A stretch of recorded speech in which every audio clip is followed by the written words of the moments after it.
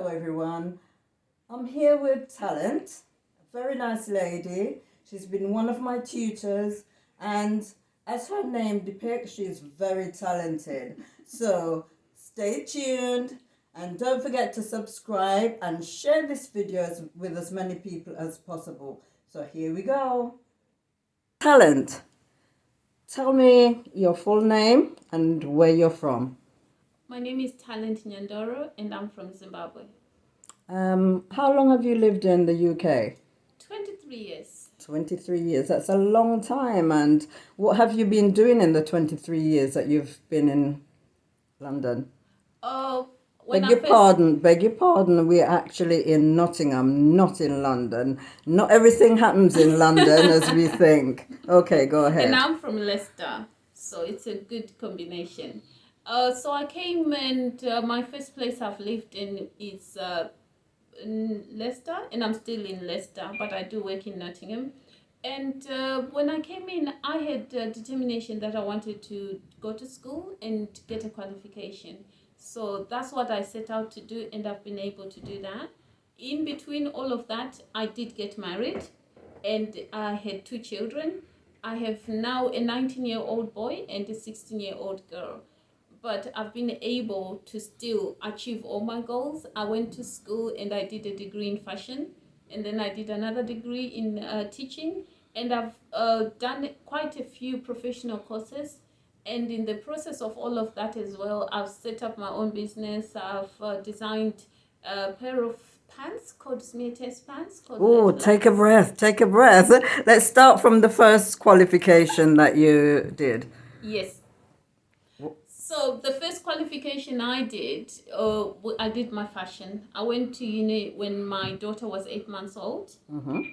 And I did a clothing design, HND, and then I completed with a BSc in fashion technology. So I learned everything to do with a garment from the plant until you're wearing it. So I do pattern drafting, I do design, I do everything. Okay, but currently, what are you doing? Currently, I'm doing business. I do business and I also teach dressmaking.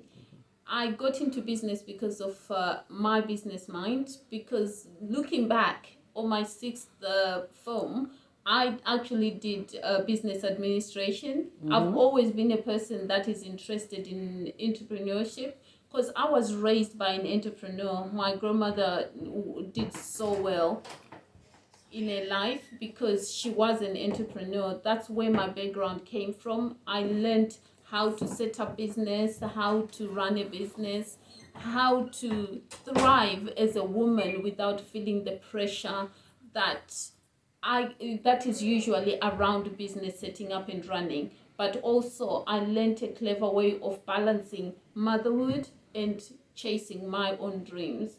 That was all lessons I learned from my grandmother, and it was always within me. And now I have the golden opportunity to walk other people to achieve their own dreams and set up their small businesses. Okay, tell us a bit more about your grandmother. Where is she? Is she currently in Zimbabwe? No, my grandmother actually passed away, but I was raised by my grandmother since I was born in 1980. My grandmother is the one person that raised me up, and she is so inspirational in everything that I do. And when I talk about her, it's almost like she's still here because I'm here and I'm someone that went through her coaching and her experiences. I feel like she'll always be here. And she was an amazing, determined woman. So how much of an influence was she on your life? A very big influence because I learned how to do things because I followed her, and I learned by watching what she was doing. She did not talk a lot. She was a very quiet woman, but I analyzed a lot of what was going on. And as I was growing up, I remember once when I was in my teen years, I asked for pocket money, and she just said to me, "Oh, you need to earn pocket money." And in Africa, most of the time, there's no children who earn pocket money or who get given pocket money. But I knew because of my family, I knew I could ask for pocket money. And my grandmother actually bought me an equipment which I could use and sell the products and make money out of it. And she just gave me the startup for all the things and left me. And I did it as a business and started making money and buying myself clothes, buying presents for other people. And it was just natural. It was never made a big deal that I'm doing a business. It was never that. And it's the same attitude I carry today. It's just doing life and helping somebody else. Okay, so what was life like in Africa, and how is it different to your lifestyle in the UK? Oh, life was so beautiful when I left. I know now things are different, but life was beautiful. This is one thing that is real that happened to me. When I came because my family gave me an opportunity to go anywhere in the world, and they would pay for everything for me to go and study for 5 years. And when I go back, I was supposed to then get set up for life, get a house, get a car, everything. I'll be set up for life. But unfortunately, things deteriorated. Within 2 years, I was already here. But I remember crying for 6 months, wondering what happened, because everything was different. The houses were small, everything. It was so different, because when you're in Africa, you think there's somewhere where there's roses everywhere. It's like a field of something beautiful. And then when you get there, you're so disappointed because nothing matches even to the way of life that you were used to. And if you were not forced out of a place, it's harder. If I had been forced out of the place, it would have been easier. I'll be having a relief of, oh, I've come to a better place. But I wasn't. And so I cried for 6 months. I remember going to the phone booth, ringing my grandmother, and my grandmother was just saying, just get on the plane. I'll be waiting for you. But I had to make a choice. Who did I want to be? Did I want to work for my own life and create my own self, things that I'll be proud of? Or did I want to go and get all the things given to me? And I chose to make my own life the way I wanted it. And I'm very proud of myself for doing that. I'm amazed because you telling me that you lived in luxury in Zimbabwe. So why did you choose to come to the UK where you're living a lesser lifestyle? It's an opportunity. Everybody with money and you have a child in the family, you get sent anywhere in the world. But the most important thing you're going there for is education. Because education changes your life. So that's what they're sending you for. They're not sending you to copy the culture or anything. They just want you to be much better than where they have been. That's what they were trying. And my family used to travel in Southern Africa for business, and they were used to that, but they never allowed me to also go to the places they had been. They decided I needed to raise the bar and go further and do more, because their dreams were even, oh, you should be a doctor, you should be an accountant, you should be a nurse. Nothing to do with what they did. So it's just an opportunity that they want you to do better than where they got to. So why did you choose the UK? I didn't. It was an accident. Okay, tell us about that. So what happened is, I had all my applications done to go to America. And I was on my way to America, and I had done all my applications were done, and I was actually waiting for my visa, because I had got the place, everything had been confirmed, and I was ready to go. But the only thing was, I didn't have any close friends or anyone in America. All my cousins I grew up with, we went to the same boarding schools, and I was always at their house because I was an only child for 9 years. So I've always followed them. They were in UK. So I remember on a Wednesday, I just said to my grandmother, I said to my grandmother, oh, I actually, is it okay? Can I just go to UK to just to see? I just want to go and see what it is like and to just experience the life.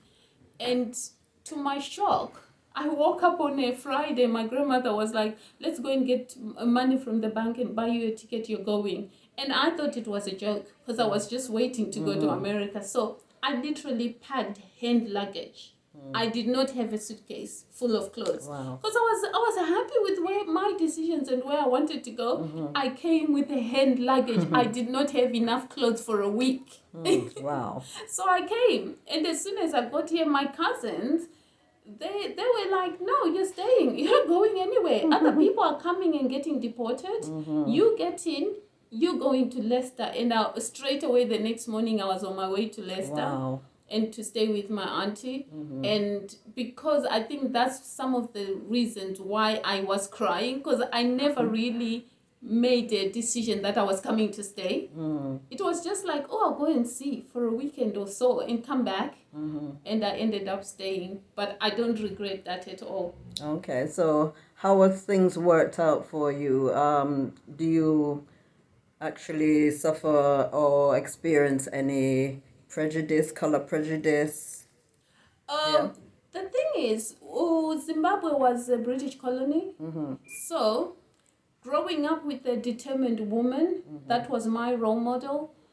I heard all the stories, but I was also shown that life is up to you what you want it to be. You do not open the door and allow somebody else to stop you.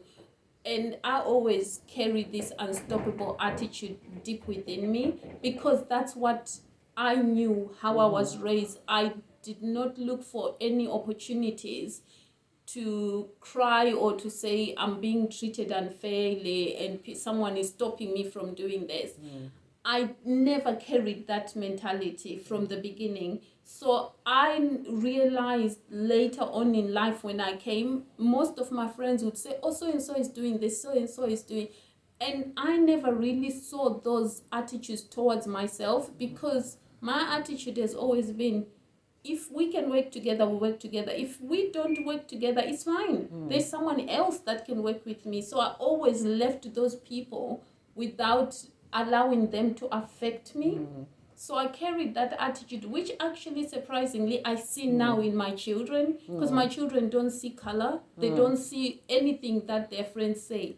So it's quite funny in my house, if you actually mention someone with color, it's like, whoa, where does that even come from? People are just people. So for me, it's an attitude that brings down who is going to attack me. Because if I arrive in a place, I feel I'm equal to the next person that's in there. I don't feel any less. I don't feel like I need to apologize for anything. If somebody else can do it, I don't care about who they are, their title, their person.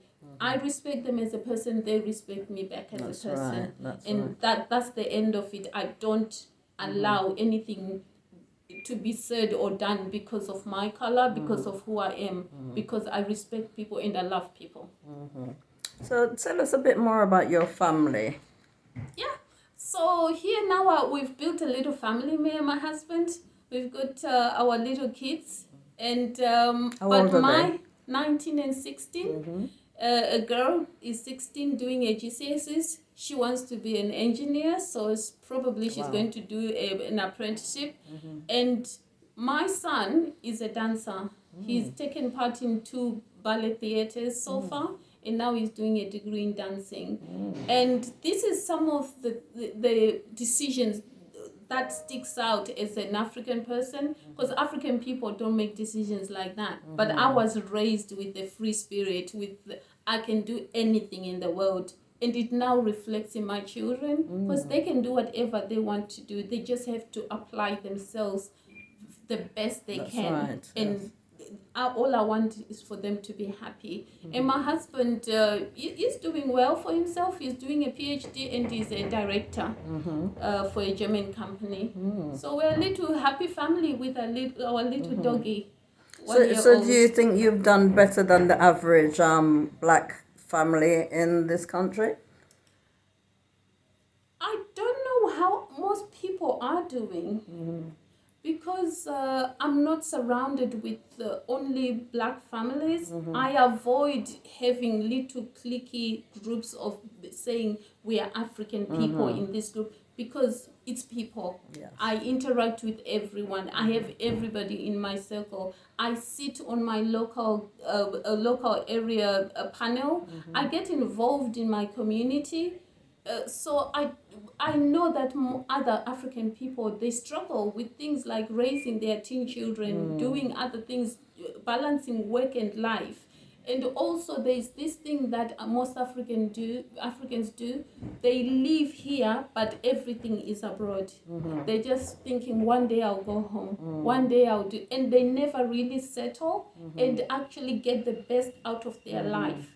Very few are teaching like I do, because all the mentality is, let's do nursing, we can work more hours and we can make more money and we can build in Africa. But most of them are going back as in a coffin, not in alive.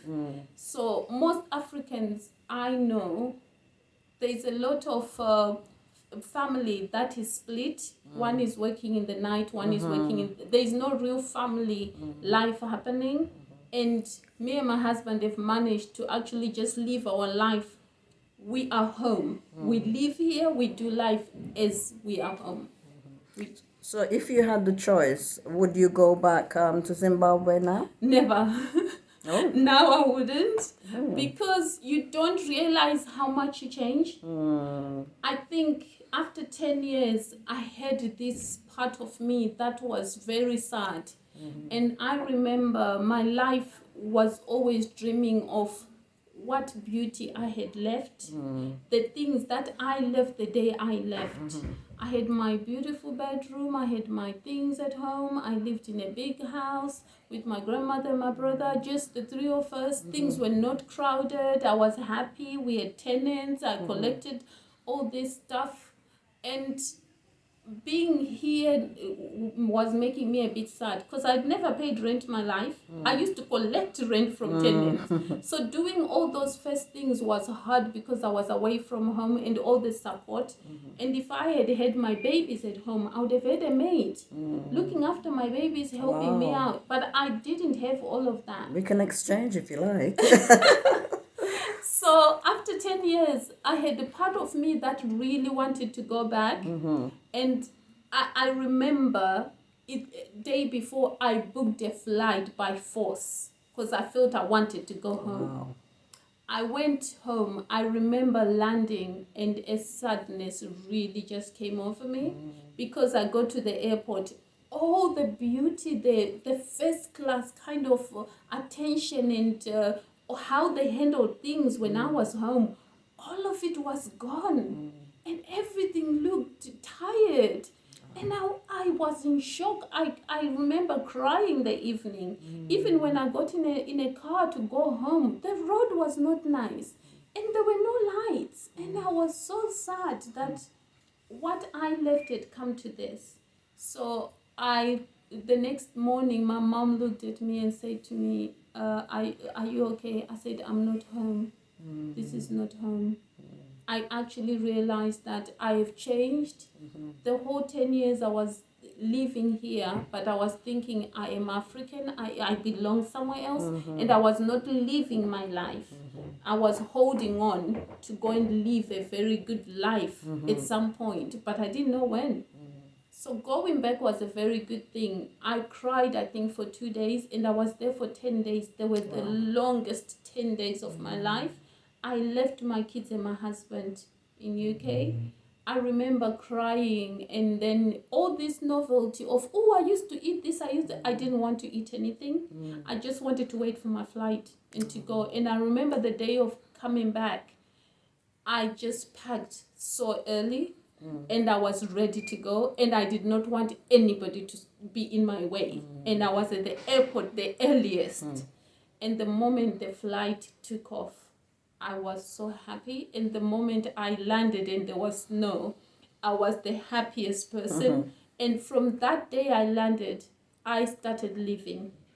I started living my life. Wow. I started building who I am today. I broke out of that shell, those limiting beliefs, those limiting dreams, and I started living my life. I got involved in my community. I sit on panels. I get involved in schools. I've been a school governor. I get involved in anywhere, because my life is here. I'm living now. Anything can happen to me. I'll never regret it. But I wouldn't go back because I'm not the same person. I'm a different person now.